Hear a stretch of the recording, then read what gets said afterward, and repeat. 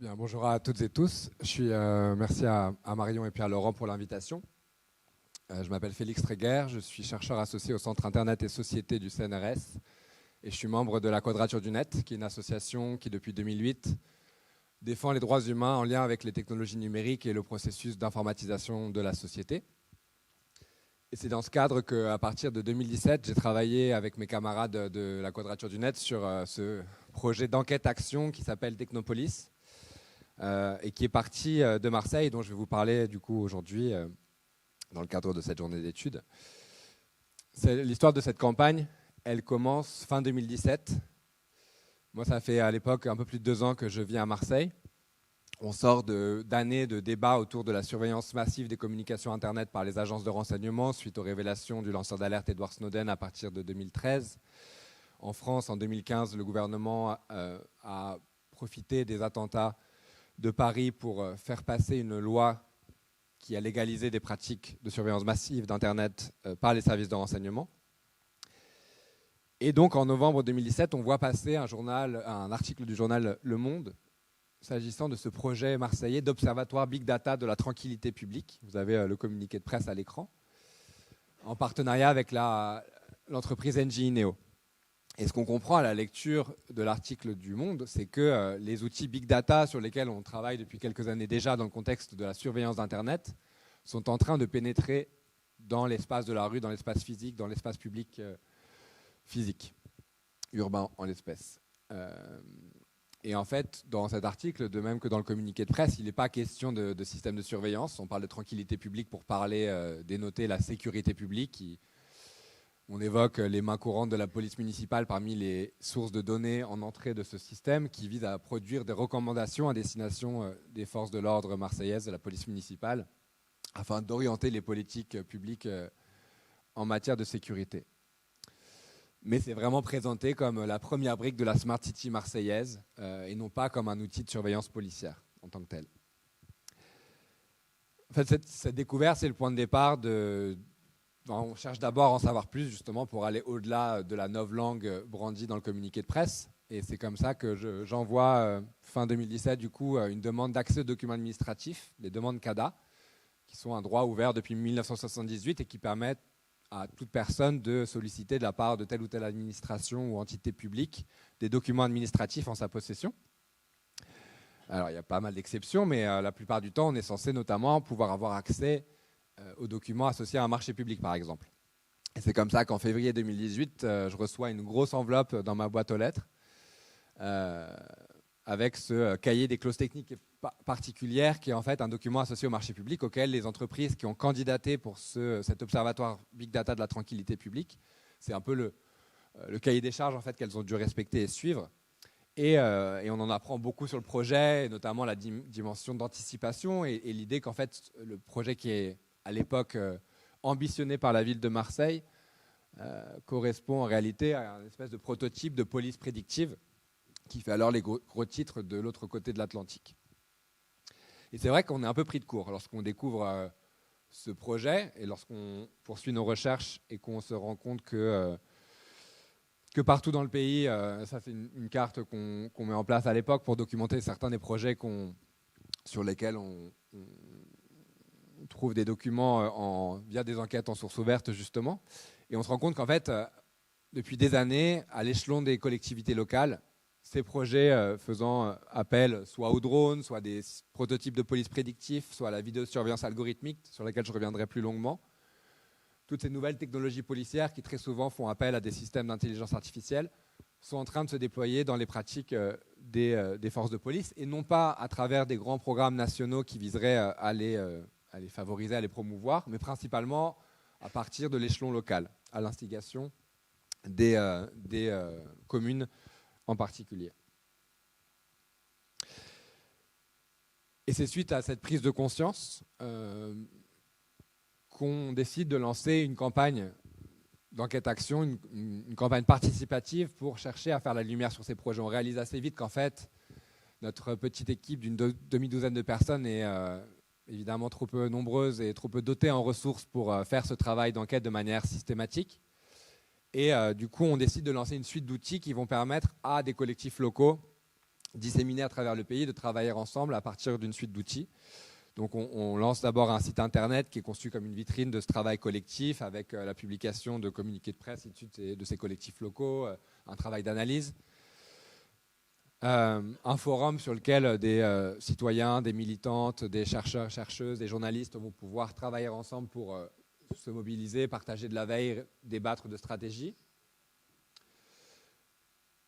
Comme on essaye aussi de promouvoir et de systématiser les demandes CADA, donc ces demandes d'accès aux documents administratifs, on met en place une base de données pour les diffuser et permettre donc à des journalistes ou des collectifs locaux de s'approprier ces documents dans leur action locale. Et on met en place une plateforme de fuite de documents basée sur le logiciel SecureDrop pour recevoir des documents fuités de la part de fonctionnaires territoriaux, par exemple, pourquoi pas du ministère de l'Intérieur ou des personnes issues des entreprises qui candidatent à ces différents marchés publics. Quant au mode d'action, on va poursuivre des choses dont la quadrature du net est familière depuis quelques années déjà, notamment des actions de plaidoyer autour des institutions du Parlement en particulier, mais aussi des recours contentieux.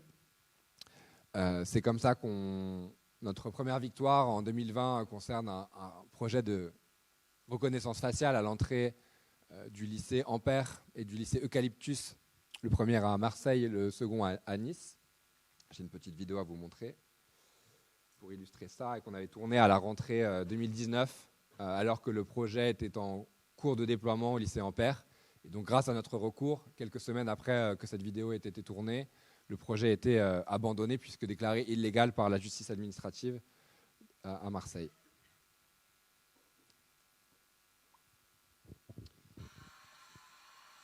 Alors.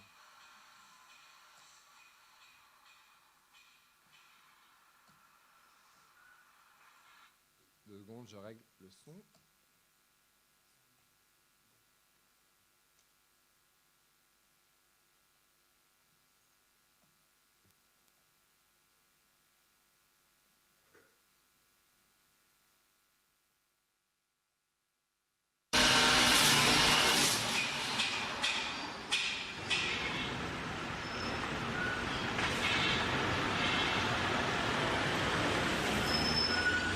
Je crois que tu scannes des points sur le visage et ça reconnaît la personne. Non,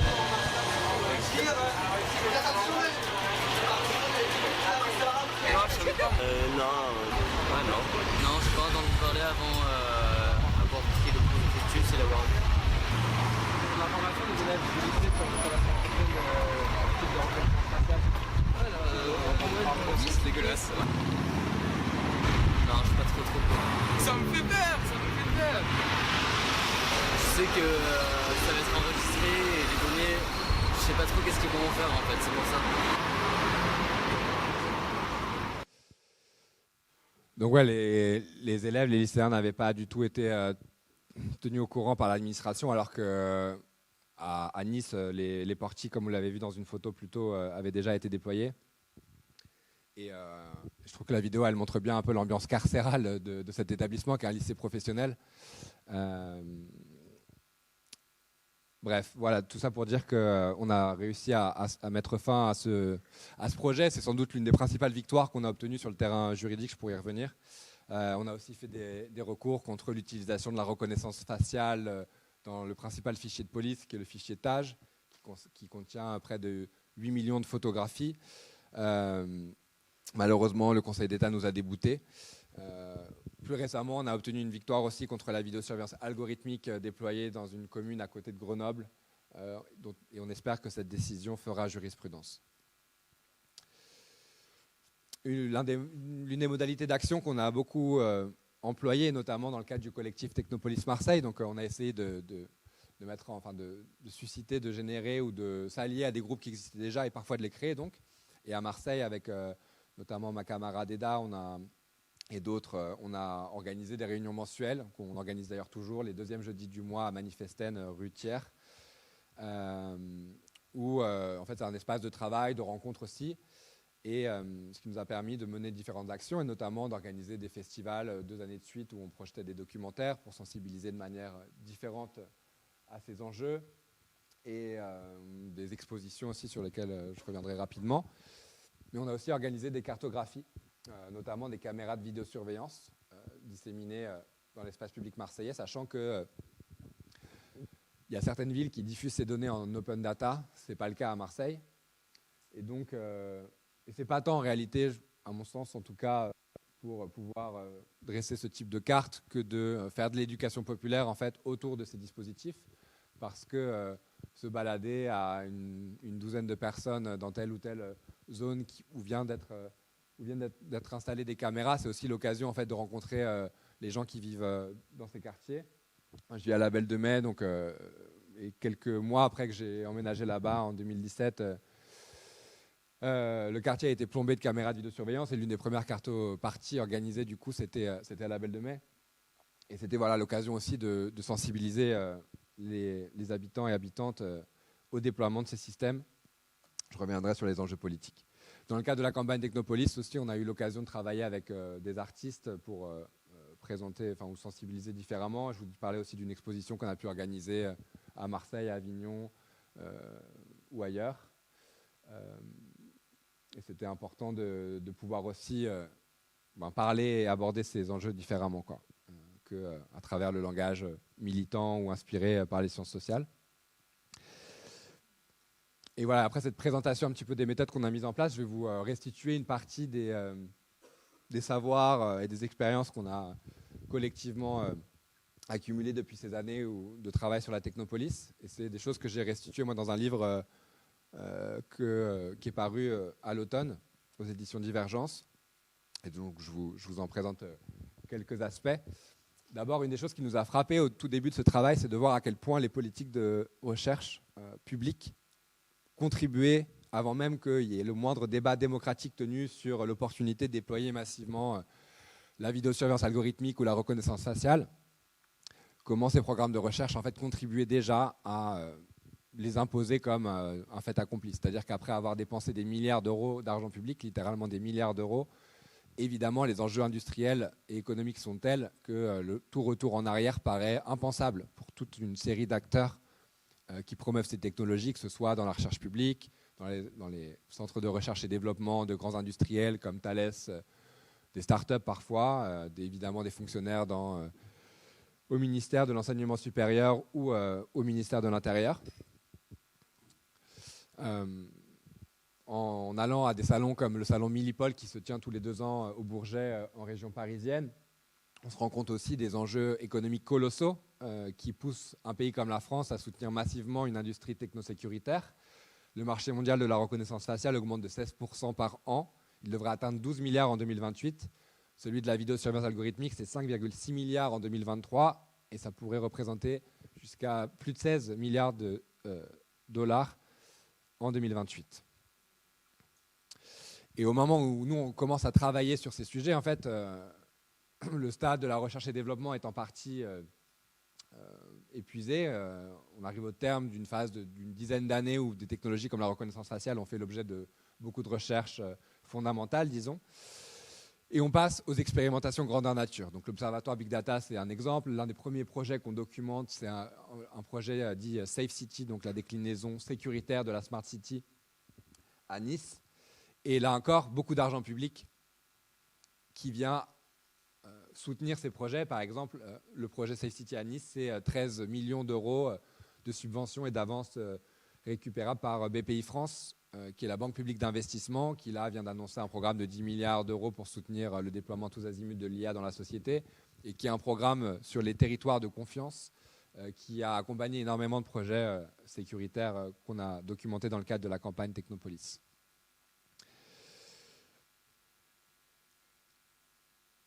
Et en fait, dans le cadre de cette campagne, on a fait aussi beaucoup de rencontres avec des acteurs de ce complexe technosécuritaire, et notamment lors d'un colloque organisé par le ministère de l'Intérieur sur la reconnaissance faciale, où l'auteur de cette note du centre de recherche de l'école des officiers de la gendarmerie nationale, le général Dominique Schoner, il est devenu général depuis, expliquait à quel point la reconnaissance faciale, comme technique d'identification, s'inscrivait presque naturellement dans l'histoire de la police. Ça renvoie à un fantasme policier, c'est Foucault dans Surveiller et punir qui parle d'une surveillance omniprésente totale. Et vous allez voir, ça se retrouve assez bien dans cet extrait. Donc le général Schoner explique, sous réserve d'algorithmes exempts de biais, la reconnaissance faciale pourrait mettre fin à des années de polémique sur le contrôle au faciès, puisque le contrôle d'identité serait permanent et général. De même, elle permettrait une réactivité accrue pour les recherches de personnes vulnérables ou la traque de délinquants en fuite. Elle serait également de nature à instaurer un autocontrôle, limitant les incivilités, respect du code de la route, d'éjection animale, dépôt d'ordures, sur le modèle du crédit social chinois. Et il poursuit un peu plus loin, là c'est l'extrait en capture d'écran, et il parle de la manière dont, il explique la plus-value policière de cette technologie ne fait aucun doute. Elle vient consacrer la démarche d'anthropométrie judiciaire entamée il y a 150 ans pour identifier les fauteurs de troubles qui auparavant étaient marqués au fer rouge pour les plus dangereux. Donc, la reconnaissance faciale, c'est un peu moins douloureux a priori. L'intérêt de cette technologie est aussi d'exécuter systématiquement et automatiquement les actes de base des forces de l'ordre que sont l'identification évidemment, le suivi et la recherche d'individus en rendant ce contrôle invisible. Donc on a un contrôle d'identité qui devient permanent et général, donc on ne peut plus se plaindre de racisme structurel et de contrôle discriminatoire puisque tout le monde est logé à la même enseigne. Et puisque c'est un contrôle à distance, par le truchement de la caméra de vidéosurveillance reliée à un algorithme d'analyse et de reconnaissance faciale, ce contrôle devient invisible. Dans le livre Technopolis, j'essaie de revenir un peu sur l'histoire de la Safe City comme dispositif. L'un des premiers exemples souvent brandi dans l'histoire de ces projets sécuritaires associés à la Smart City, c'est celui d'IBM, conduit avec la municipalité de Rio de Janeiro au Brésil, donc, qui inaugure en 2012 ce centre des opérations pour tout un tas de services publics municipaux, et qui est présenté à l'époque comme le plus moderne jamais réalisé. Ce type de visualisation sur des projets dits d'hyperviseurs qui allie tout un tas de techniques de visualisation, c'est connecté évidemment aux caméras de vidéosurveillance, à tout un tas de capteurs qu'on peut imaginer et qui sont donc agglomérés dans un écran unique où l'opérateur va pouvoir, comme ça, de manière extrêmement fluide, passer d'une visualisation à une autre pour sécuriser, par exemple, un grand événement autour d'un stade de foot, par exemple. Ce type de produit est, depuis quelques années, très central dans les discours des promoteurs de la technopolis, notamment un industriel comme Thales, est très présent sur des salons sécuritaires comme Millipol. Et du coup, dans le livre, j'essaie de dresser une rapide généalogie de ces dispositifs, de la Safe City, en partant des analyses de Michel Foucault sur le pouvoir. Foucault, dans ses travaux, distingue un premier régime de pouvoir historiquement qui est de type juridique associé à l'État moderne. Il le résume par la formule « laisser vivre et faire mourir ». Il est caractérisé par le personnage du souverain, par une violence ostentatoire. Il est caractéristique des États de justice avec une territorialité féodale, donc c'est associé à la féodalité. Dans Surveiller et punir, il parle de la manière dont le capitalisme industriel et les États-nations qui s'édifient au XIXe siècle s'accompagnent d'une focale mise sur un type de pouvoir qui est disciplinaire, qu'il résume par la formule « faire vivre et laisser mourir », avec le personnage du gardien, une règle qui est inculquée sur les âmes et les corps des sujets, une surveillance constante, un diagnostic et une expertise avec un traitement différencié des sujets dans un dispositif spatial clos et quadrillé, un régime de pouvoir typique des États administratifs avec une territorialité frontalière. Et enfin, le régime de pouvoir sécuritaire, résumé par la formule « laisser passer, laisser faire, passer et aller », avec le personnage de l'ingénieur, qui fonctionne à la régulation, au pilotage en temps réel d'un flux, avec des dispositifs de coupure, ouverture des débits, caractéristiques des États de gouvernement avec une population masse. Bon, ça paraît abstrait comme ça, mais c'est des descriptions qui sont assez lumineuses. Il souligne bien, Foucault, à quel point ces régimes, il n'y a pas l'un puis l'autre, et puis les disciplines, puis le régime sécuritaire.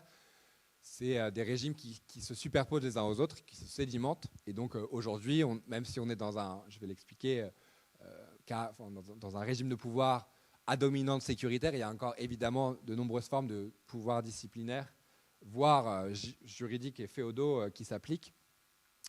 Tout ça pour dire que, historiquement, la ville s'est toujours présentée comme un défi pour le pouvoir, pour l'État moderne.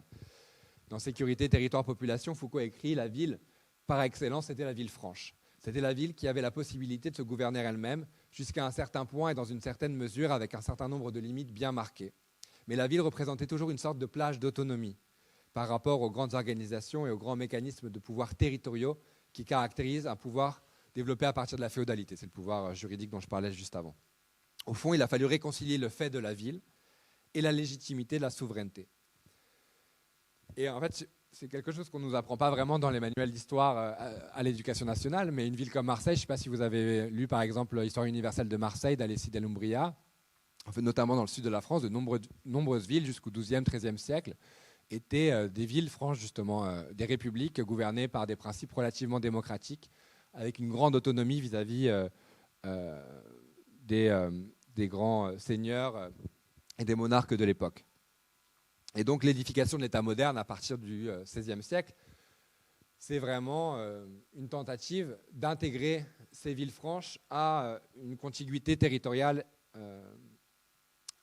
sous l'égide du souverain.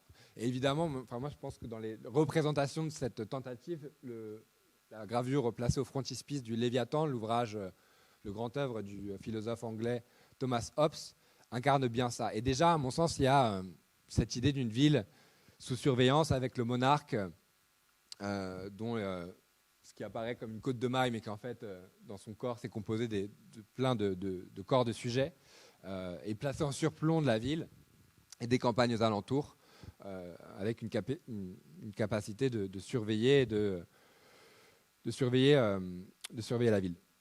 Donc dans le livre, j'essaye de montrer comment, dans la police des villes, s'incarnent ces différents et se superposent ces différents types de pouvoirs jusqu'à l'édification d'un pouvoir sécuritaire. Mais juste pour illustrer la manière dont aujourd'hui est pensé, s'incarne ce pouvoir sécuritaire et cette logique de gestion des flux dans les discours des promoteurs de la technopolis, j'ai deux citations. D'abord celle de Mathieu Bourgeois, qui est un avocat au barreau de Paris, cofondateur du think tank Le Cercle de la Donnée, qui, ça date un peu en 2019, mais avait cette phrase incroyable, enfin, moi que je trouve assez incroyable. Il disait: la biométrie est inévitable, il pensait à la reconnaissance faciale en particulier, parce qu'avec 9 milliards et peut-être 12 milliards d'êtres humains sur Terre, on ne pourra plus s'administrer au travers de moyens manuels, il faudra l'aide des machines. Il y a cette citation aussi de Marc Darmon, directeur général adjoint de Thales, président du comité de filière des industries de sécurité, qui est le principal lobby en fait, des industries sécuritaires à l'échelon gouvernemental, et qui explique que nos solutions doivent permettre de suivre des flux, de repérer des profils, dans un souci d'optimiser les opérations plutôt que dans un souci de flicage. Et en fait, la plupart des applications qu'on a pu documenter dans le cadre de la campagne Technopolis, elles sont déjà en germe dès les tout débuts de l'informatique dans les années 60, notamment aux États-Unis, suite aux révoltes raciales dans les ghettos noirs états-uniens des années 60. Beaucoup d'expérimentations et de financements vont aller au développement de nouvelles technologies basées sur l'informatique pour optimiser l'action de la police, lui permettre de passer à l'échelle. Et on est passé en un demi-siècle, grâce à l'augmentation de la puissance de l'informatique, la baisse du coût du calcul aussi, à une multiplication des capteurs qui fait qu'il y a eu, en tout cas c'est très présent dans les discours des promoteurs de la technopolis, un problème d'économie politique en matière de surveillance, c'est-à-dire un trop grand nombre de capteurs et pas assez de capacité à analyser les flux. C'est très, très vrai en matière de vidéosurveillance. Dans une ville comme Marseille, il y a environ... on est à 1600 caméras environ aujourd'hui, avec le projet d'en déployer 500 nouvelles à l'horizon 2029.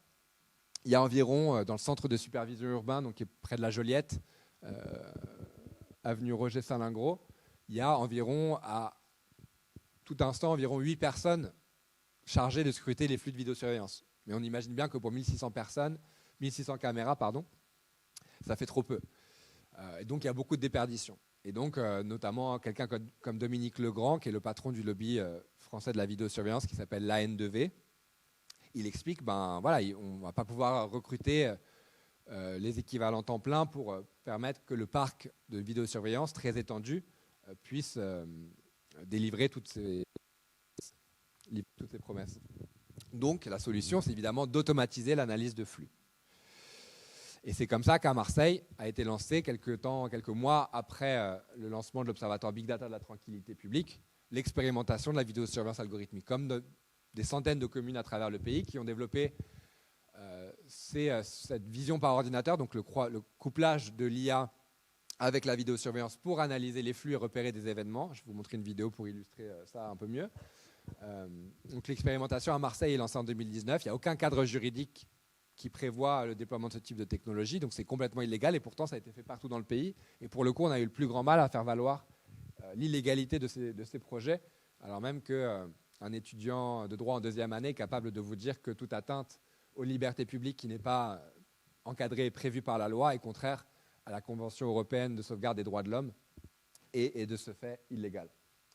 Donc à Marseille, il y a l'idée, à vrai dire, on a beaucoup de mal à avoir des informations sur ce qui a été fait précisément, mais dans le marché public sur lequel on a mis la main, il y avait l'idée de pouvoir détecter des objets abandonnés, des individus au sol, des tags, ils l'ont écrit en lettres capitales, dépôts sauvages d'ordures, vol ou disparition de mobilier urbain, franchissement de lignes ou de zones, donc l'idée qu'on va délimiter sur la vue d'une caméra une zone via une souris, on va dessiner une zone et si un objet, corps humain pénètre dans cette zone, alors on va déclencher une alerte. Explosion, coup de feu, parce qu'il y a aussi des micros qui sont branchés aux caméras. Et enfin, là en bas, on a, vous voyez sans doute pas, reconstituer le parcours d'un individu ou d'un véhicule à partir des archives de plusieurs caméras. Donc ça, c'est vraiment le Graal et notamment quelque chose qui est la spécialité d'une entreprise israélienne à l'origine qui s'appelle Briefcam. Et là, c'est une vidéo qui date de 2017, au moment où Briefcam est en train de devenir le marché mondial du leader de la VSA, du leader mondial du marché de la VSA. Donc évidemment, c'est des technologies qui ont beaucoup évolué, mais ça vous donnera une idée. C'est un reportage de France 2. Aider les enquêteurs, cette autre entreprise israélienne le fait déjà. Son logiciel est en service dans plusieurs villes de l'Hexagone, comme Nice et Deauville. Le principe, un moteur de recherche intuitif. Tout objet apparaissant dans une vidéo est classé dans une catégorie. Les images filmées génèrent alors une gigantesque base de données.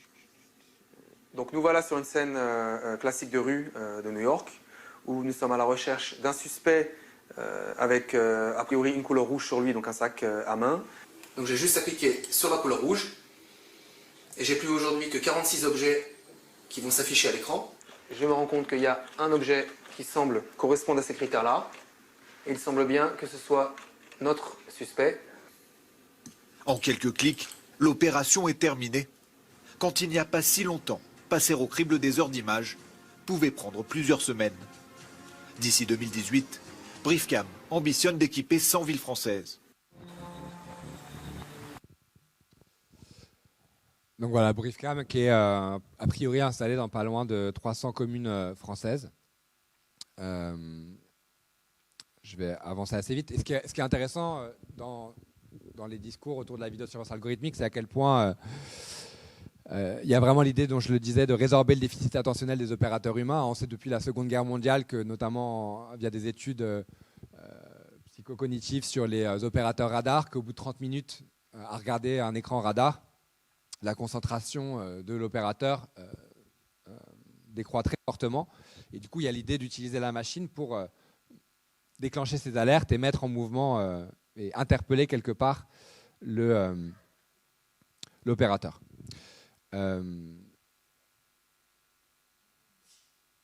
Et il y a une dimension aussi qui est importante en lien avec la vidéosurveillance algorithmique, c'est à quel point ces technologies et la puissance de l'informatique, de l'IA en l'espèce, conduit à une forme de contraction spatio-temporelle du travail de l'opérateur de vidéosurveillance, dans la mesure où il y a à la fois une étendue territoriale qui était déjà c'est le fait de pouvoir regarder depuis un point centralisé une multiplicité de zones géographiques, potentiellement très étendues. Il y a une autre vidéo que je ne vais pas vous passer, mais d'une société, une start-up qui s'appelle 2i et qui montre comment on pourrait envisager de croiser les flux caméras de la plupart des grandes villes françaises, alors qu'aujourd'hui, tout ça, c'est décentralisé au niveau de chaque commune. On a des algorithmes de VSA sur l'ensemble de ces flux, donc une zone géographique très, très grande, mais une contraction temporelle aussi, parce que comme on l'a vu dans la vidéo de Briefcam, en fait, je ne sais pas si vous avez, c'était pas forcément extrêmement explicite, mais à travers cette recherche d'une personne portant du rouge, en fait, c'est tous les événements correspondant à cette requête sur une plage horaire de 24 ou 48 heures ou plus qui sont concaténés dans une seule et même séquence pour permettre à l'opérateur de gagner énormément de temps et ne pas avoir à appuyer sur la touche accélérer et visionner l'intégralité, en accélérer le cas échéant. Là, c'est vraiment l'IA qui va chercher ou des de manière extrêmement synthétique. Donc le gain de temps est, comme je disais, une forme d'interpellation aussi des technologies de management en fait. La plupart de ces technologies, c'est une manière aussi pour la hiérarchie policière de faire en sorte que les policiers placés derrière leurs écrans soient efficaces du point de vue de l'institution qui les emploie. Et justement, j'en viens à l'avant-dernière partie de cette présentation sur un peu l'impact de ces technologies sur le travail policier.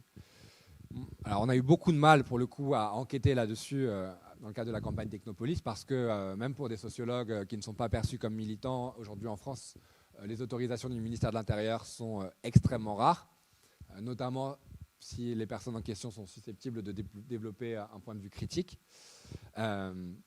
Et donc, on a quand même eu, à travers des techniques d'enquête que, pour le coup, je ne vais pas détailler ici, accès à certaines informations. Mais moi, la manière dont j'ai pu incarner ça, c'est en retrouvant un vieil ami perdu de vue, un vieil ami états-unien qui était devenu policier à Denver, à qui j'ai rendu visite en 2022. Et en fait, dans la promotion de ces technologies, il y a toujours ce discours d'une plus grande rationalisation liée à ces technologies. C'est d'ailleurs ce que me dit mon ami Vic lorsqu'on commence à parler de tout ça. Moi, je me présente vraiment comme quelqu'un qui enquête sur ces technologies, et il m'explique qu'en fait, ça nous rend plus smart. Aujourd'hui, on est notamment dans le contexte états-unien, on était en 2022, 2 ans après les manifestations contre les violences policières suite au meurtre de George Floyd.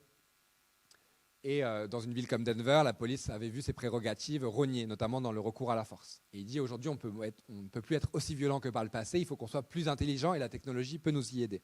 Et ce faisant, en fait, il produit un discours qui est vraiment central dans les discours de légitimation de la police depuis au moins le début du XXe siècle, si ce n'est avant cela encore, qui est l'idée d'une rationalisation de l'action policière par les sciences et les techniques. C'est Florent Castanino, un sociologue, qui explique que la surveillance, ce n'est pas forcément le fantasme policier d'un contrôle total qui est aussi très présent dans les discours des promoteurs. Je vous lisais tout à l'heure la note sur la reconnaissance faciale qui l'illustre bien. C'est aussi une logique de pure rationalisation. Castanino écrit « La surveillance peut être considérée comme l'effet de pratique de rationalisation au sens de Max Weber. Plutôt que de parler d'intensification de la surveillance, il s'agirait de voir, dans une approche sociologique, une intensification de la recherche d'efficacité organisationnelle qui a pour effet la surveillance. Donc voilà, il n'y a pas forcément un fantasme policier de contrôle et de contrôle social, c'est juste qu'on veut optimiser certaines actions. Je vous l'ai illustré à partir de l'exemple de la vidéosurveillance algorithmique juste avant. Sauf qu'en pratique, c'est rarement ça que ces technologies produisent. Parfois, c'est le cas. Mais par exemple, si on considère la vidéosurveillance classique, on a dû dépenser en France des milliards d'euros dans ces technologies depuis la fin des années 2000. Il y a aujourd'hui pas loin de 100 000 caméras de vidéosurveillance placées sur la voie publique. Le ministère de l'Intérieur se refuse non seulement à faire la lumière sur ces chiffres précis en termes de nombre de caméras et d'argent que ça coûte, mais plus encore, refuse de répondre notamment aux demandes de la Cour des comptes de faire des études sur le rapport coût-efficacité de ces déploiements. Et la Cour des comptes écrivait en 2020 « Aucune corrélation globale n'a été relevée entre l'existence de dispositifs de vidéoprotection et le niveau de la délinquance commise sur la voie publique ou encore les taux d'élucidation ». La CNIL dit la même chose. La littérature académique en France et à l'international a démontré que la vidéosurveillance n'a pas d'impact significatif sur la délinquance.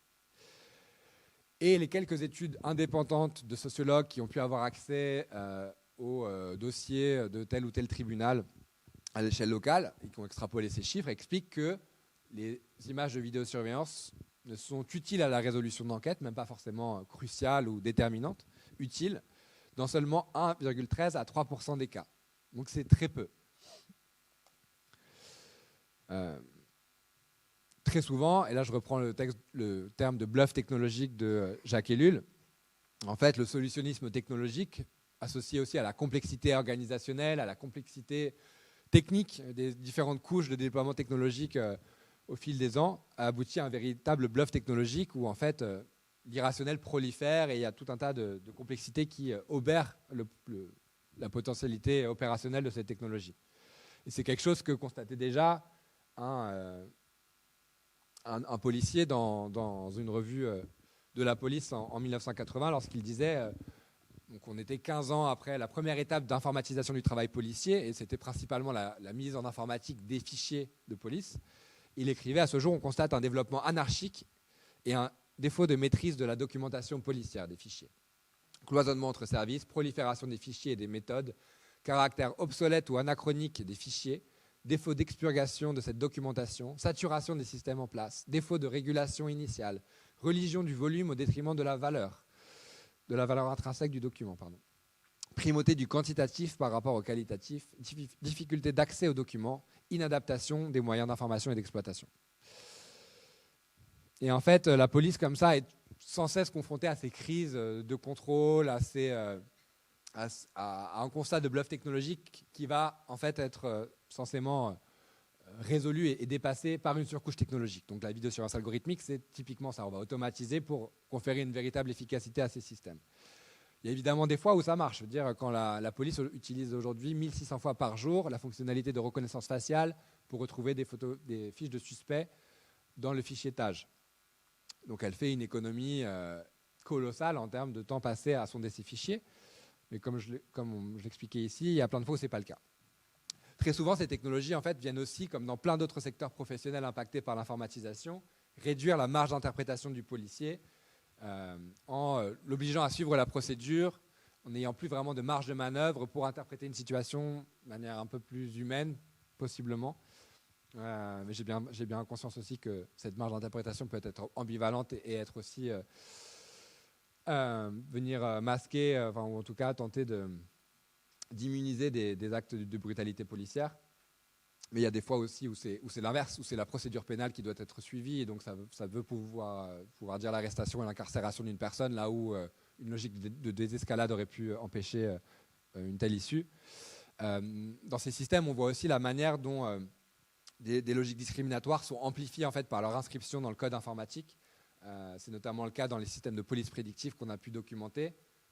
Pas nécessairement ceux employés à Marseille, mais dans par d'autres forces de police municipales, et où, par exemple, on voit inscrit des savoirs policiers dans le fonctionnement algorithmique de ces systèmes de recommandation qui visent à orienter les patrouilles dans telle ou telle zone en fonction du risque d'infraction évalué par l'algorithme, où en fait, dans ces systèmes, on va incorporer des théories criminologiques complètement décriées, notamment la théorie de la vitre brisée, qui est une théorie qui était très en vogue aux États-Unis dans les années 80 et qui prétend que une petite infraction, si on laisse proliférer les petites infractions, la situation va dégénérer et la criminalité exploser, et que donc la moindre incivilité, et a fortiori les petites infractions, doivent faire l'objet d'une réponse policière très ferme pour éviter que les choses dégénèrent. Ça a été complètement affirmé par la sociologie, et pourtant on voit ces doctrines inscrites dans ces dispositifs techniques.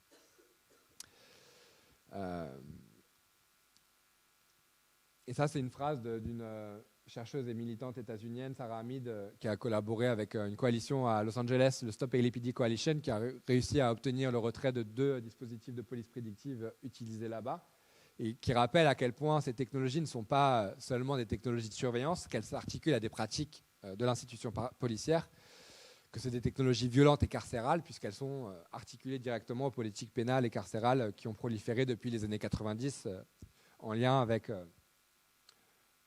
la réaction néolibérale entamée une décennie plus tôt. Et moi, alors c'est un travail qu'on n'a pas vraiment réussi à faire dans le cadre de la campagne Technopolis, de documenter de manière systémique la manière dont ces technologies conduisent à la violence policière, à la brutalité policière.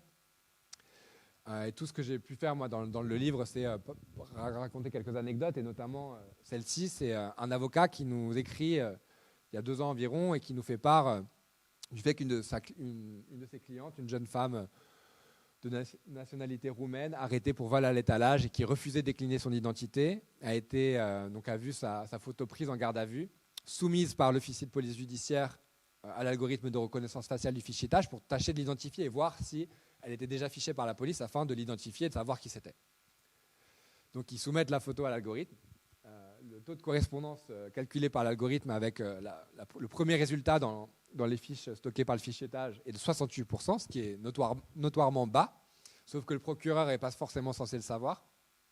Et donc l'officier de police judiciaire va prétendre qu'à alors même que les deux personnes, donc la jeune femme en garde à vue et la personne qui était fichée, qui apparaissait en premier résultat de la recherche, alors même qu'apparemment, moi j'ai pas vu les photos, mais l'avocat me disait elles se ressemblent pas et ça se voit.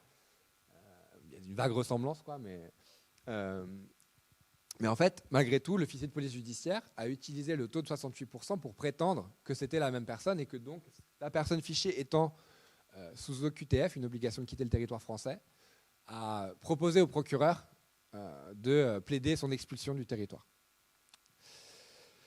Donc voilà, ça rappelle à quel point ces technologies sont directement articulées soit à des formes d'arbitraire policier et de manière plus générale à un système raciste, classiste qui est fondé sur la déportation, l'enfermement, la brutalisation et le meurtre, comme le montre cet autre exemple. Et là encore, il y a des anecdotes similaires, notamment en Belgique. En France, je n'ai pas connaissance de choses de cet ordre, mais ce n'est pas à exclure. Où un jeune père de famille noir dans la banlieue de Londres conduit un véhicule qui n'est pas le sien, qui est flashé par un système de reconnaissance de plaque d'immatriculation d'un véhicule de police. Le véhicule est signalé comme étant associé à un incident impliquant des armes à feu. Du coup, ça provoque une survigilance évidemment des officiers de police qui vont se décider à appréhender le véhicule, lui barrer la route avec leur voiture, sortir arme au poing. Et alors que Chris Kaba, le conducteur, est toujours derrière son volant et qu'il n'a pas bougé, il se prend une balle quasiment à bout portant et meurt sur le coup. Donc là, la technologie provoque une survigilance qui va quelque part justifier un recours disproportionné à la violence létale. Tout ça pour dire que la technologie, elle ne rend pas la police ni plus efficace, ni plus libérale et plus respectueuse des lois, et qu'on peut paraphraser Foucault dans Surveiller et punir lorsqu'il parle de la réforme pénitentiaire et du fait qu'elle est sans cesse reconduite, et écrire donc admettons que la loi soit destinée à définir des infractions, que l'appareil pénal ait pour fonction de les réduire et que la police soit l'instrument de cette répression, alors il faut dresser un constat d'échec, où il faut s'étonner plutôt que depuis 150 ans, la proclamation de l'échec de la police soit toujours accompagnée de son maintien. Et pour finir, presque dans les temps, je vais rapidement évoquer les enjeux juridiques, puisque c'est vraiment l'un des modes d'action de la quadrature. Je vous ai dit, on a beaucoup fait de demandes CADA, on utilise le droit comme un outil de lutte. Ça s'accompagne évidemment de beaucoup d'obstacles et d'entraves. Par exemple, le ministère de l'Intérieur qui, au bout de 6 mois, décide, et d'ailleurs de la mairie de Marseille, y compris après les élections de 2020 et l'arrivée au pouvoir du printemps marseillais, où en fait les lois en matière de transparence et ces demandes CADA se sont heurtées à porte close, où en fait ces administrations ont décidé d'arrêter de nous répondre en estimant qu'on était sans doute trop critiques ou qu'on abusait de notre droit, alors que franchement, je sais pas, en 4 ans, on en était à notre 4e demande, qu'on demandait des documents dont des policiers faisaient état sur Twitter, par exemple, quant à une note, par exemple, sur le recours à la reconnaissance faciale dans le fichiétage, qu'on a pu demander au ministère de l'Intérieur. Donc là, on s'apprête enfin, on a mis beaucoup de temps à trouver le temps de faire ces recours, mais à dénoncer devant la justice administrative les non-réponses à ces demandes de transparence. Et on verra ce qu'il en est. Il y a une commission qui s'appelle la commission CADA, donc, qui est censée agir comme une instance médiatrice lorsque les administrations publiques ne répondent pas ou pas totalement aux demandes CADA et qu'on estime que notre droit à la transparence administrative n'a pas été respecté. On a eu des avis positifs de la CADA qu'on a fait valoir devant le ministère de l'Intérieur, devant la mairie de Marseille, et ça n'a pas aidé. Donc là, il faut qu'on aille devant le tribunal administratif. Et je voulais vous parler un peu plus longuement, mais je vais faire court de la CNIL et résumer en fait le sentiment général qu'on a à la Quadrature du Net, qui est en fait que la CNIL est un alibi. En fait, c'est un faux garde-fou. C'est une instance qui est là principalement pour rassurer, faire croire que l'état de droit et les droits humains sont respectés en matière de surveillance policière notamment et en matière de surveillance de manière plus générale, alors que, comme l'illustre par exemple la prolifération de la vidéosurveillance algorithmique en toute illégalité depuis bientôt une petite décennie, en fait le droit est jamais respecté. Les quelques garde-fous qui trouvent à s'inscrire dans la loi ne sont jamais appliqués en pratique. Lorsque le préfet de police de Paris décide pendant des mois et des mois de faire voler des drones illégalement, à l'absence de tout cadre légal, au-dessus des manifestants lors des grandes manifestations à Paris ou ailleurs. Il n'est jamais inquiété, alors même que depuis les années 70, depuis la création de la CNIL dans les années 70, il y a aussi des infractions dans le code pénal qui prévoient de la prison ferme et des peines d'amende pour les personnes qui se rendent coupables de formes de surveillance illégale. Et aucun préfet de police, aucun ministre de l'Intérieur n'a à ce jour été inquiété pour ces déploiements illégaux. Et donc il y a une forme d'impunité systémique qui pose problème et qui explique pourquoi nous, dans cette campagne, on a toujours adopté une posture de refus en estimant que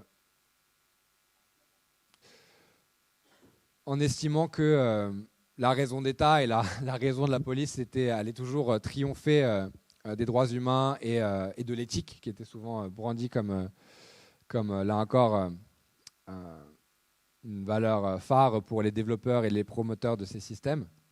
Et en fait, on oublie, et je reprends ici les analyses de Cornelius Castoriadis, la démocratie, ce n'est pas qu'une affaire de procédure, de garde-fou de telle ou telle institution, c'est aussi une question de valeur. Et notre conviction, en fait, c'est que ces technologies, elles sont fondamentalement incompatibles avec des formes de vie démocratique. Moi, c'est un exemple que je cite depuis au moins 2019 pour illustrer et justifier notre refus vis-à-vis de ces technologies. C'est celui de la résistance dans les années 1940. C'est de dire que si ces technologies avaient été massivement déployées en 1940, il aurait été impossible d'organiser des réseaux dissidents capables de résister au fascisme. Disons qu'en 2019, ça paraissait une perspective un peu lointaine. On est en début 2025 et je pense que ça l'est beaucoup moins. Et que voilà, si on est une société qui tient à préserver la possibilité de formes de vie démocratique, on doit se refuser collectivement d'installer ces technologies. Et sur ce, je vous remercie.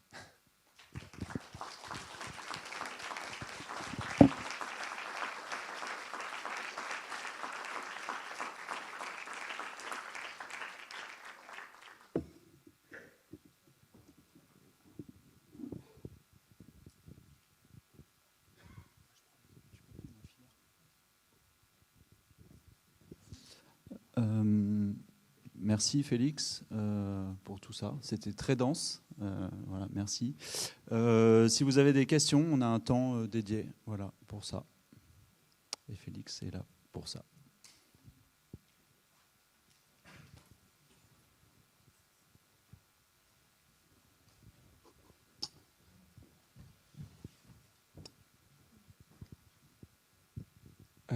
Merci déjà. C'est très précis, mais l'interdiction des drones pour la surveillance, est-ce que c'est à un niveau national ou c'est en fonction des préfectures?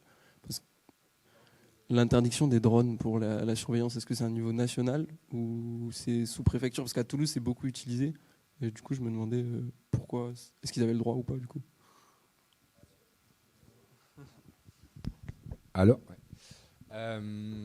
les drones, en janvier 2021, on a, suite à justement à l'usage croissant des drones pendant le contexte pandémique en 2020, et notamment dans le cadre de manifestations, on a intenté plusieurs recours contre la préfecture de police de Paris, en se concentrant sur l'échelon parisien.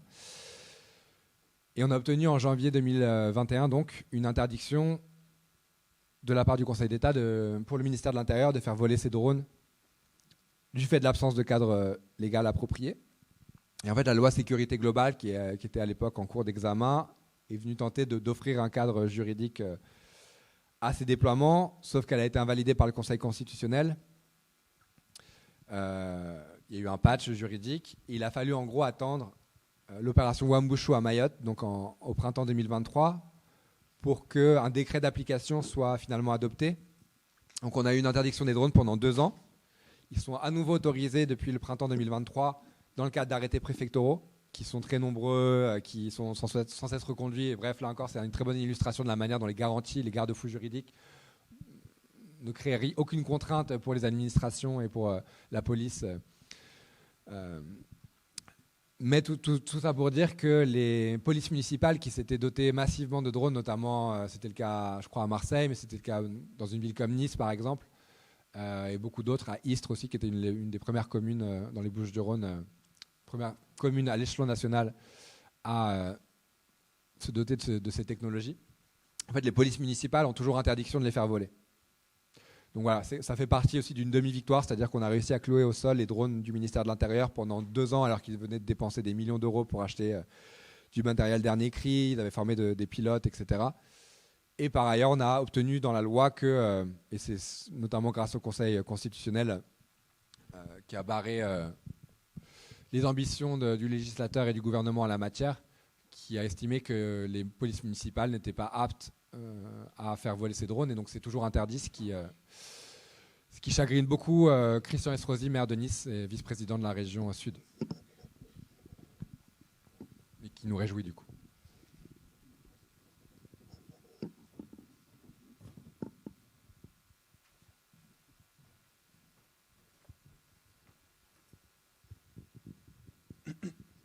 Je voulais savoir comment ça se passe au niveau des logiciels. On sait s'il y a un logiciel qui est dans toutes les préfectures de police. Est-ce que c'est le même ou est-ce que chaque préfecture ou commune fait son propre appel, comme tu l'as expliqué pour Marseille et voilà.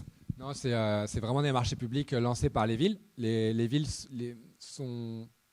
Il y a quelques groupements de communes aussi qui peuvent maintenant, depuis la loi sécurité globale, se doter d'un système de vidéosurveillance et ce qu'on appelle les centres de supervision, donc les salles de commandement où sont acheminés les flux. Et c'est vraiment des marchés publics qui sont gérés par les municipalités la plupart du temps. L'État se contente, entre guillemets, de financer. Il subventionne environ 50% des frais d'installation des caméras. Ce qui du coup décroît le coût pour les communes et facilite la prolifération de ces capteurs vidéo dans les mains de la police municipale. Et en fait, la police nationale, dans le cadre d'enquête pénale, peut y avoir accès, ou dans le cadre aussi d'opérations de maintien de l'ordre, via réquisition ou de la justice ou de la préfecture. Mais c'est vraiment des policiers municipaux qui gèrent le parc, qui visionnent les flux et les archives, et qui, sur requête de la police nationale, vont transmettre les images. À Marseille, c'est vraiment une tendance lourde qui se dessine et qui, justement, remet un peu en cause cette gestion très localisée des parcs de vidéosurveillance. Aujourd'hui, il y a ce qu'on appelle les systèmes de déport. Et Marseille était l'une des premières communes à le mettre en place ces dernières années, en lien avec la mairie actuelle et les demandes de Gérald Darmanin lorsqu'il était ministre de l'Intérieur. Donc du déport, ça veut dire qu'en temps réel, dans les commissariats de la police nationale, les officiers peuvent avoir accès en temps réel donc aux flux vidéo du parc de la police municipale. La surcouche algorithmique de vidéosurveillance algorithmique, elle est, par exemple, dans le système juridique qui est en train de se dessiner. Donc vous savez que depuis 1 an, on peut tester légalement la vidéosurveillance algorithmique dans le cadre de la loi JO, donc pour tout un tas de cas d'usage qui ne correspondent pas aux usages les plus sensibles du point de vue des libertés publiques. Ça n'empêche pas tout un tas d'autres usages illégaux dont j'ai plus longuement parlé pendant ma présentation, mais donc depuis quelques mois, dans le cadre de grands événements, les préfets peuvent autoriser le recours à la vidéosurveillance algorithmique pour détecter des bagages abandonnés, des individus qui circuleraient à contresens, etc. Donc des choses relativement peu sensibles. Et en fait, c'est un peu un prototype du cadre juridique qui est en passe d'être pérennisé. L'expérimentation devait prendre fin en mars 2025. Le rapport d'évaluation n'était même pas encore public, que le ministère de l'Intérieur a présenté un amendement pour prolonger 2 ans l'expérimentation. Et clairement, leur but, c'est de pérenniser ce cadre juridique, d'étendre les cas d'usage pour aller le plus vite possible jusqu'à la reconnaissance faciale en temps réel, qui est sans doute le cas d'usage le plus sensible politiquement et juridiquement. Tout ça pour dire que dans ce système, c'est les préfets qui autorisent, mais en fait, le parc de vidéosurveillance reste aux mains des communes. Et à vrai dire, on a encore assez peu d'informations sur la manière précise dont, en gros, les algorithmes étaient achetés par le ministère de l'Intérieur auprès de start-up ou de grands groupes. Il y avait 5 entreprises qui fournissaient leurs algorithmes. Mais à l'heure actuelle, dans tous les autres déploiements décidés par les collectivités locales, les communes, c'est des marchés très ouverts et donc chacune peut aller vers telle ou telle entreprise. Je te disais, Briefcam, c'est sans doute le leader du marché, plus de 300 villes a priori qui sont clientes. Et souvent, en fait, Briefcam, les algorithmes sont proposés par des entreprises qui gèrent les parcs de vidéosurveillance, mais qui vont acheter la brique logicielle algorithmique à Briefcam ou à l'un de ses concurrents. Il y a quelques startups en France, donc 22, 2i, qui développent ces systèmes et qui sont assez en pointe. Il y a Videtix aussi, qui est en fait, toutes les entreprises qui ont été sélectionnées pour le marché public lié à la loi JO, c'est des boîtes françaises. Il y a Chaps Vision qui est en train de devenir un espèce de grand groupe de la surveillance numérique à l'échelon français, et qui est très proche de l'État, des services de renseignement notamment, et une start-up niçoise, francilienne Videtix, et j'oublie une concurrente niçoise aussi qui a eu une partie du marché public à la loi JO. Mais dans ce cadre-là, effectivement, les algorithmes sont achetés par le ministère de l'Intérieur et couplés au parc de vidéosurveillance qui reste aux mains des communes. Et c'est pour ça qu'à la Quadrature, là, ces derniers mois, on a lancé une campagne pour appeler des collectifs locaux à écrire aux mairies en leur demandant de refuser la VSA, la vidéosurveillance algorithmique, parce que, en fait, du fait qu'elles ont la main sur le parc de vidéosurveillance, elles ont encore un certain pouvoir pour tenir tête au préfet, au ministère de l'Intérieur, qui voudrait brancher des algorithmes d'analyse automatisée sur ce parc de vidéosurveillance.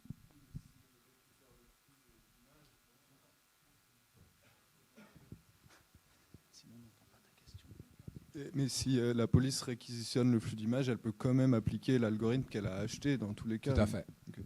Tout à fait, mais on pourrait imaginer, c'est l'espoir, et j'ai bien conscience que politiquement c'est assez peu réaliste, mais qu'une ville décide ou dise, pour l'instant il n'y a que quelques grandes villes où ces systèmes de déport des flux de vidéosurveillance vers la police nationale sont en place. C'est le cas à Nice, c'est le cas à Marseille, mais il n'y a pas beaucoup de villes. Je pense que c'est le cas à Paris. Pour le coup, le parc de vidéosurveillance est géré par la préfecture de police en direct, mais c'est une exception. On pourrait imaginer qu'une ville dise non, mais si vous faites tourner des algorithmes, nous on est contre ces systèmes de vidéosurveillance algorithmique, et donc on coupe le départ, on y met fin. En fait, ils auraient techniquement le pouvoir de le faire. Après, juridiquement, ça donnerait sans doute lieu à une vraie bataille devant les tribunaux, mais ce serait intéressant de la mener. Bonjour et merci pour l'intervention. Moi, c'est une question par rapport à la ville en Isère dont tu parlais tout à l'heure. C'est d'avoir un peu plus de détails là-dessus. Parce que moi, j'habite dans une ville qui, a priori, a le logiciel Briefcam. On se pose la question de faire quelque chose avec des camarades contre ce logiciel. Du coup, j'aurais bien voulu que tu détailles un peu plus la campagne qui a été menée dans cette ville. Comment est-ce qu'on peut lancer ça dans sa propre ville, et comment est-ce qu'aussi on peut s'assurer, ayant pas la main sur ces outils-là, qu'à partir du moment où il y a une victoire administrative, enfin une victoire juridique, que le logiciel il va réellement pas être utilisé. Alors, du coup, c'est un des camarades de la Quadrature du Net qui s'est trouvé habiter dans cette petite commune d'Isère qui s'appelle Moiran. Je ne sais plus, mais c'est une petite, peut-être 200, 300 habitants, c'est vraiment très peu. Ils avaient des caméras de vidéosurveillance, et dans le cadre du marché public lié à la maintenance de ce parc de vidéosurveillance, le fournisseur, le prestataire, leur a proposé un algorithme Briefcam avec la fonctionnalité de reconnaissance faciale, etc. Donc bref, le recours s'est organisé autour du caractère complètement disproportionné de ce déploiement. On a obtenu gain de cause devant le tribunal administratif de Grenoble en janvier. Il y a une décision, il y a un article qui parle de cette décision sur le site de la Quadrature. C'est dans les dernières publications, donc je vous invite à vous y référer. Et quant à lancer des recours similaires, nous, on espère vraiment que des collectifs locaux puissent s'appuyer sur cette jurisprudence pour mener la bataille contre les systèmes de VSA installés dans leur commune, puisqu'il y a vraiment l'idée que c'est disproportionné, qu'il n'y a pas de cadre juridique, puisque la loi JO est inapplicable en l'espèce, et donc c'est totalement illégal. Donc voilà, n'hésitez pas à nous écrire, contact@quadrature.net pour échanger plus avant sur un projet contentieux autour de ça. Nos écritures, on peut partager nos mémoires, et ce qui permettra de faciliter le travail. Une première étape, ce serait vraiment de documenter qu'il y a un système de VSA qui est en place, et donc ça suppose des demandes CADA. Et après le recours, il y a tous les arguments qu'on a déjà fourbis qui peuvent être réutilisés, et cette jurisprudence donc sur laquelle on peut s'appuyer. Et quant à s'assurer que ces systèmes de VSA sont en effet remisés au placard, c'est plus difficile, mais en même temps il y a un vrai risque. Pour le coup, on pourrait menacer de poursuites pénales les communes qui refuseraient de respecter la décision de la justice administrative. Donc à vrai dire, peut-être que je me trompe et que je suis encore trop naïf, mais je pense pas que nombreux soient les communes qui prendraient ce risque en réalité.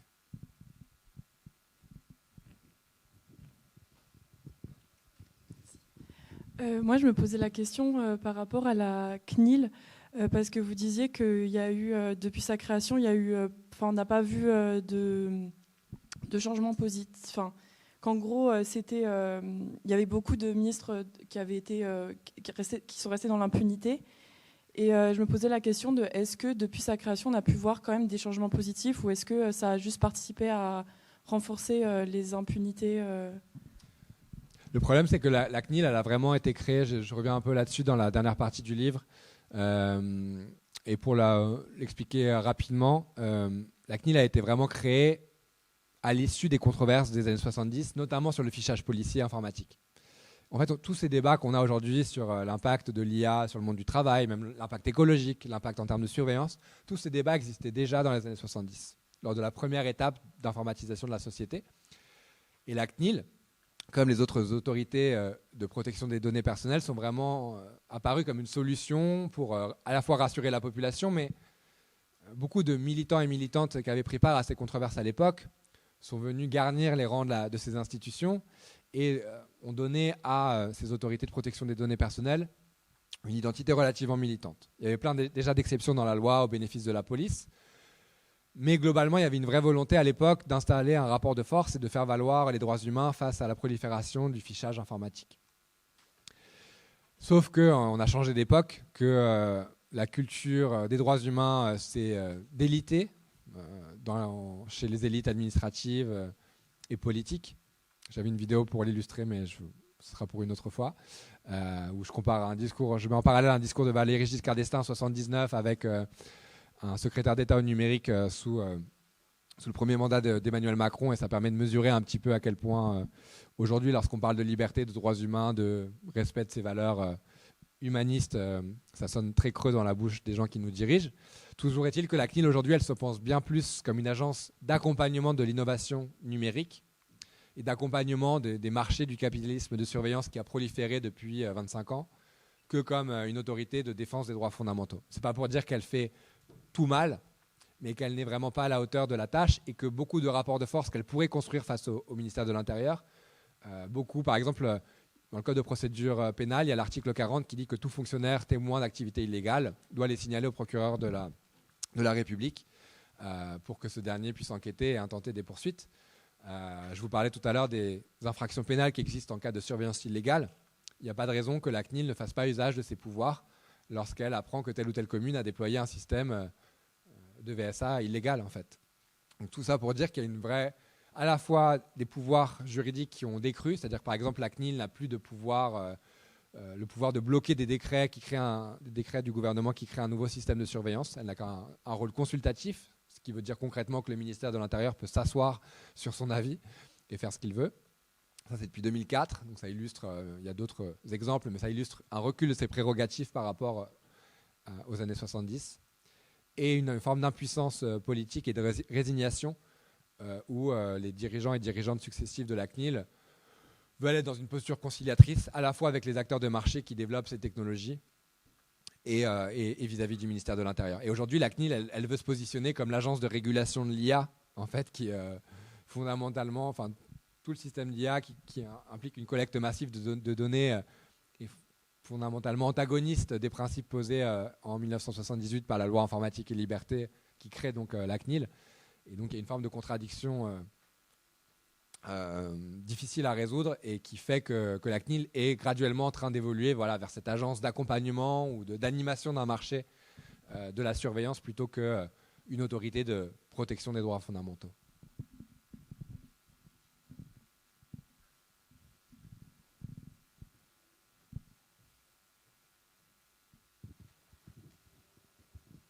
Désolé, j'ai pensé après, mais est-ce qu'on sait s'il y a des liens entre justement les entreprises qui fabriquent ces algorithmes et qui fournissent des solutions logicielles pour les institutions et les data brokers? Est-ce que, par exemple, les flux de données qui sont récupérés par les municipalités et ensuite traités par des logiciels, est-ce qu'ils sont interceptés par ces entreprises et utilisés pour construire des bases de données pour d'autres entreprises privées ou c'est des systèmes qui sont complètement hermétiques? Non, juridiquement, ce serait pour le coup assez scabreux, à notre connaissance en tout cas, parce que, comme je l'expliquais, ils ne sont pas forcément très frileux, y compris lorsqu'ils sont hors des bornes fixées par le droit, mais je pense que ce serait pour le coup trop risqué d'un point de vue réputationnel pour ces entreprises et pour les communes qui laisseraient faire. Par contre, c'est sûr que toutes ces données, elles peuvent servir à entraîner les algorithmes et à affiner ces algorithmes de vision par ordinateur pour leur permettre d'être plus performants dans le contexte. Notamment, un des problèmes auxquels ont été confrontées les startups françaises qui développaient ces systèmes, ou les grands groupes aussi, de vidéosurveillance algorithmique, c'est que, à cause notamment du RGPD, donc des règles en matière de protection des données, il était très compliqué de construire les bases de données permettant un entraînement de ces systèmes de VSA. Parce qu'ils voulaient en fait des données non pas issues de l'environnement urbain chinois ou de villas africaines, parce que c'était pour le coup plus facile d'acheter ces données-là et d'avoir du coup des jeux de données pour entraîner les algorithmes. Il fallait des choses qui soient conformes à l'environnement visuel des villes françaises ou européennes de manière plus large, mais on voit bien que dans l'environnement urbain, il y a des spécificités nationales assez fortes. Et que donc voilà, il fallait avoir des données de qualité adaptées à ce contexte de déploiement pour avoir un taux de performance suffisant. Et à ce stade de l'entraînement, on pense qu'il y a eu pas mal de données récupérées de manière illégale pour entraîner ces algorithmes, quoi. Sur les data brokers et leur utilisation dans le contexte de la surveillance policière, à ma connaissance, mais il y a très peu d'informations. Ça fait partie des modalités de surveillance sur lesquelles il y a très peu d'informations publiques en France. Ça fait partie des choses sur lesquelles on aimerait enquêter dans les mois à venir à la Quadrature. Mais à notre connaissance, c'est uniquement employé par les services de renseignement, de manière complètement illégale.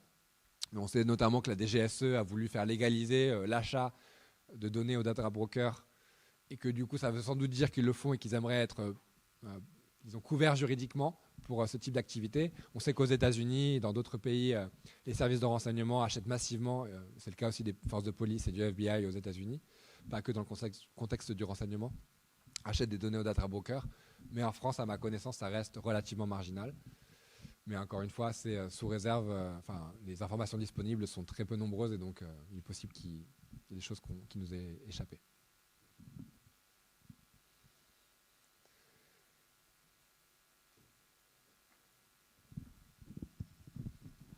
Bonjour, du coup je voulais poser une question en termes de villes observatoires ou de pays qui sont en avance sur nous par rapport à ça, qui serait un sorte d'exemple auquel c'est le plus développé.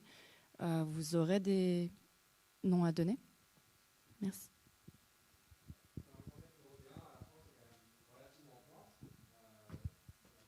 Système, notamment dans la légalisation de systèmes de vidéosurveillance algorithmique. Après, il faut quand même avoir conscience que malheureusement, je dis malheureusement parce que la situation me semble déjà très grave dans le contexte européen, mais on est sans doute l'une des zones géographiques au monde les mieux protégées sur le plan juridique.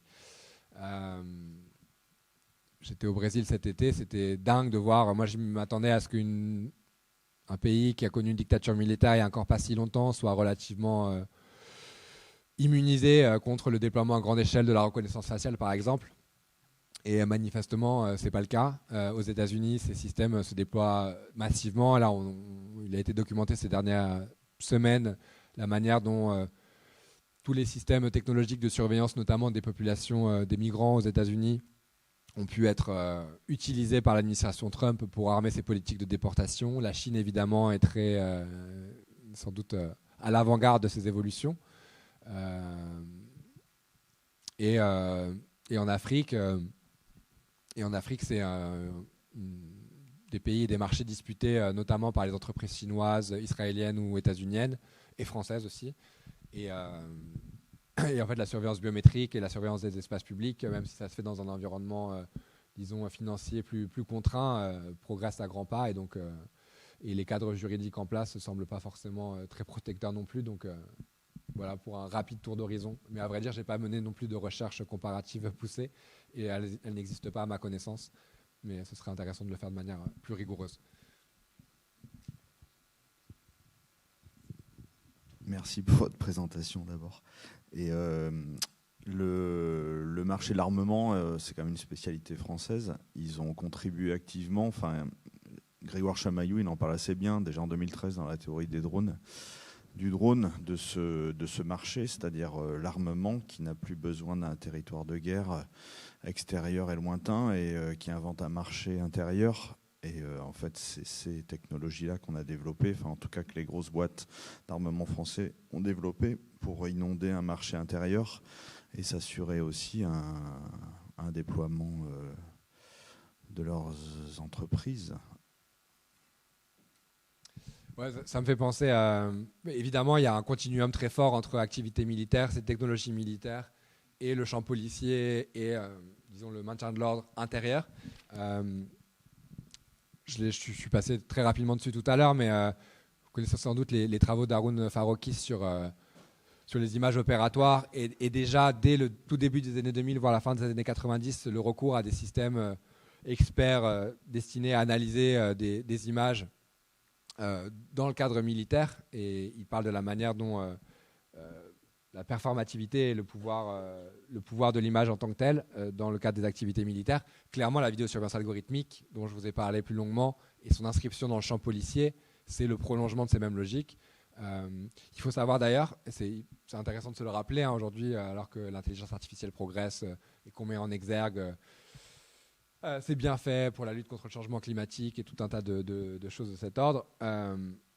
90% des papiers scientifiques et des brevets déposés en matière de computer vision, donc la vision par ordinateur, qui est jusqu'au LLM, qui était le principal champ de recherche en intelligence artificielle et en deep learning, 90% des papiers scientifiques et des brevets concernent la surveillance, le fait de détecter, de repérer, de suivre des corps humains.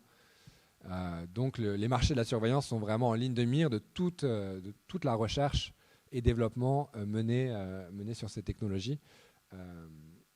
Et c'est le cas, je sais pas, la 5G à l'époque, on s'était opposé au déploiement de la 5G en France en rappelant les études de marché expliquaient que la première application concrète du déploiement de réseaux 5G sans fil, c'était pour relier entre elles les caméras de vidéosurveillance, parce que c'est beaucoup moins cher de pouvoir transmettre des flux vidéo sans fil via les ondes radio que creuser des tranchées sous les trottoirs pour enterrer la fibre optique.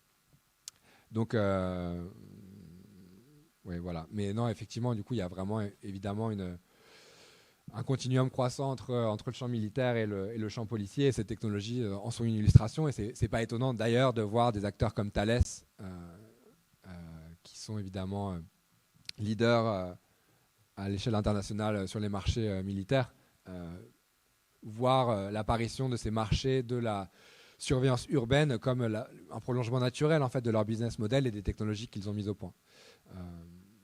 Et c'est vraiment quelque chose de très conscient dans les stratégies autour de la Smart City. Ces acteurs se positionnent dès 2017-2018, voire un peu avant même, sur ces marchés comme une manière d'ouvrir des marchés et d'alimenter leur expansion capitaliste. Et on voit les mêmes logiques de soutien public, c'est-à-dire que le champ militaire, c'est pas, pour le coup, c'est des acteurs capitalistiques, mais qui ont besoin de perfusion d'argent public pour tenir. Et c'est le cas aussi dans le champ policier. C'est très clair dans beaucoup de rapports. En fait, il y a besoin d'un afflux massif de capitaux publics et de financement public pour que ces entreprises soient solvables et que leurs opérations puissent se poursuivre. Il y a des enjeux et des parts de marché très importantes à conquérir. C'est environ la sécurité intérieure. C'était il y a quelques années 7% de croissance annuelle, donc un taux de croissance assez important qui aiguise les appétits évidemment. Mais c'est évidemment un grand renfort de financement public et du coup d'une volonté politique à travers le monde de déployer ces systèmes pour maintenir l'ordre et faire proliférer le contrôle social. Merci beaucoup Félix. Est-ce que tu prends une dernière question ? La chance, merci. C'est pas bien parce que c'est devenu tripartite ma question. Est-ce que je pense qu'il y a les villes aussi qui affichent, en tout cas dans mes souvenirs, j'en pense à une, des politiques de justement ne pas vouloir généraliser, par exemple, cette surveillance. Je pense à Grenoble, la ville de Grenoble, la politique Piolle, à un moment donné, en tout cas, la maire de Grenoble avait affiché de ne pas généraliser la surveillance par vidéocaméra. Et est-ce que, je ne sais pas si c'est toujours l'actualité, mais est-ce qu'il y en a d'autres ? Est-ce que ça fait partie de vos études aussi c'est une sorte de résistance, je pense, il me semble, par rapport à cela. Et une autre manière un peu de résister ou détourner ces dispositifs, on a vu dans la presse il n'y a pas si longtemps des jeunes designers qui faisaient des habits qui permettaient de brouiller un peu la reconnaissance visuelle des personnes. Je ne sais plus exactement comment ça marchait, mais je pense à des pulls qui, voilà, ça brouillait en tout cas ce que la caméra pouvait capter de la personne, et c'était aussi une sorte de résistance active par rapport à une manière de détourner en tout cas c'est les pouvoirs et la puissance de ces captations. Je trouvais ça vraiment intéressant. Je ne sais pas si ça c'est toujours l'actualité ou si c'est des choses qui font partie de vos études aussi. Et puis de la même façon, enfin c'est pas de la même façon du tout, mais une autre chose à laquelle les dernières remarques de Jean-Baptiste me font penser aussi à la culture pop. On parlait un peu de ça hier soir. Dans cette culture pop qui est ni la science-fiction, mais un peu l'état des faits qui est dans beaucoup de séries aujourd'hui, cet état de surveillance est totalement généralisé et pris comme un état de fait. Une inévitabilité, c'est notre univers. Et comme si on ne pouvait plus revenir en arrière. C'est ça l'état du monde universel, général, sur la planète Terre. Notamment dans les séries américaines, mais pas que. Et du coup, c'est-à-dire que c'est la nourriture sur laquelle beaucoup de monde mange ça aujourd'hui. Alors, que faire avec? Est-ce que ça fait partie aussi de vos réflexions dans vos groupes de travail et dans ce que vous étudiez, de cet état de fait qui est totalement nourri par la culture pop très répandue aujourd'hui? C'est vrai que la science-fiction peut avoir un effet très ambivalent en donnant cette impression d'un déjà là immuable. Et je ne peux pas dire que ça a été au centre de nos réflexions et de nos...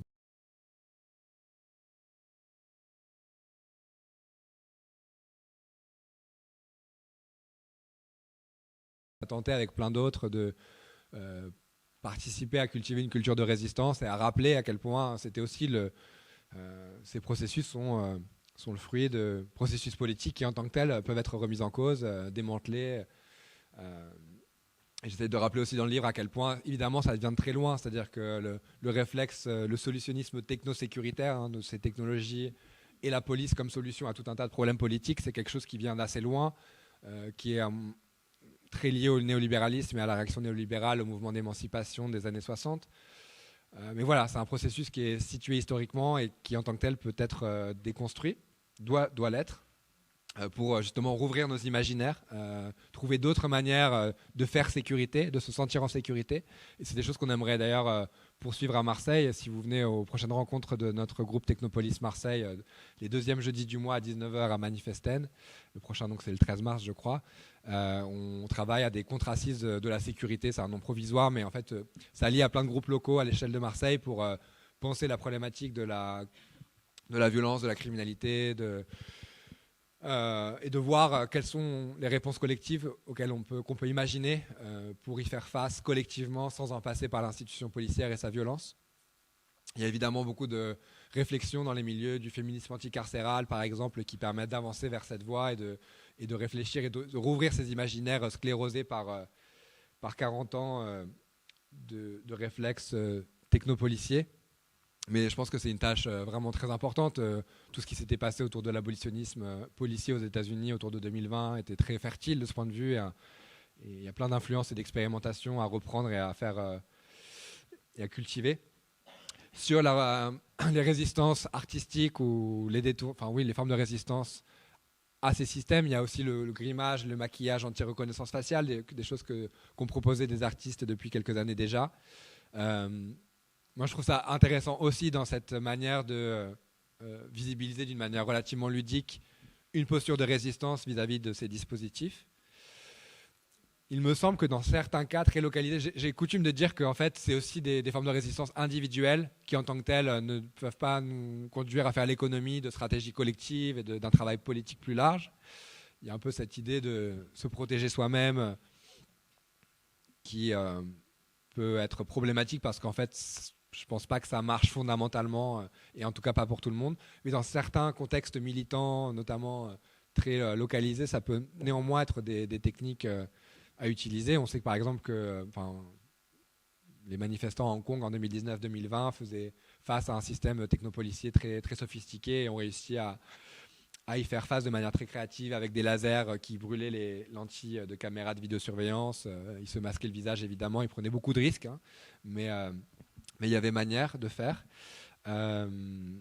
Et enfin, sur la question des résistances locales au rouleau compresseur de la technopolis, comme je le disais, c'est quelque chose qu'on a essayé et qu'on essaye encore de faire valoir dans le cadre de la campagne Technopolis, de mobiliser l'échelon local et les communes comme des contre-pouvoirs à ce rouleau compresseur.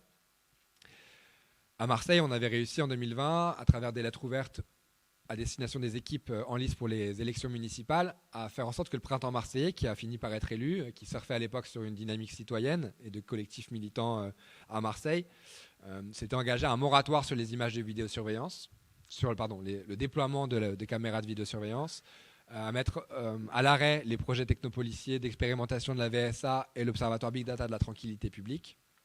Ces deux promesses-là ont été trahies. Je veux dire, il n'a jamais été question, je le raconte un peu dans le livre aussi, de mettre fin à ces projets. Et pour le moratoire, il a effectivement été mis en place. Mais il a tenu quelques mois jusqu'à ce que Gérald Darmanin et Emmanuel Macron arrivent à Marseille en disant « Vous voulez de l'argent pour les écoles et pour les transports, d'accord, mais il va falloir mettre fin à ce moratoire. » Et là où je veux en venir, c'est exactement ce qui se passe à Grenoble, ou qui s'est passé aussi à Brest, qui était une mairie socialiste, qui refusait jusqu'à une paire d'années d'installer la vidéosurveillance. C'est que quand c'est le cas, l'État central, le ministère de l'Intérieur, engage un bras de fer. C'est-à-dire que c'est comme s'il y avait une forme de blasphème presque, de lèse-majesté à remettre en cause ce solutionnisme technosécuritaire. Et donc il y a des rapports de force très asymétriques qui sont immédiatement engagés par l'État contre les communes qui voudraient faire valoir une alternative. Donc c'est une des difficultés à laquelle on fait face.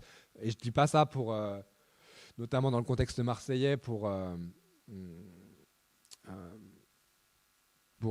quelque part déculpabiliser les élus. Je pense qu'ils sont aussi responsables et qu'ils n'ont pas vraiment cherché à jouer ce rapport de force et ont suivi un peu trop facilement les injonctions de l'État.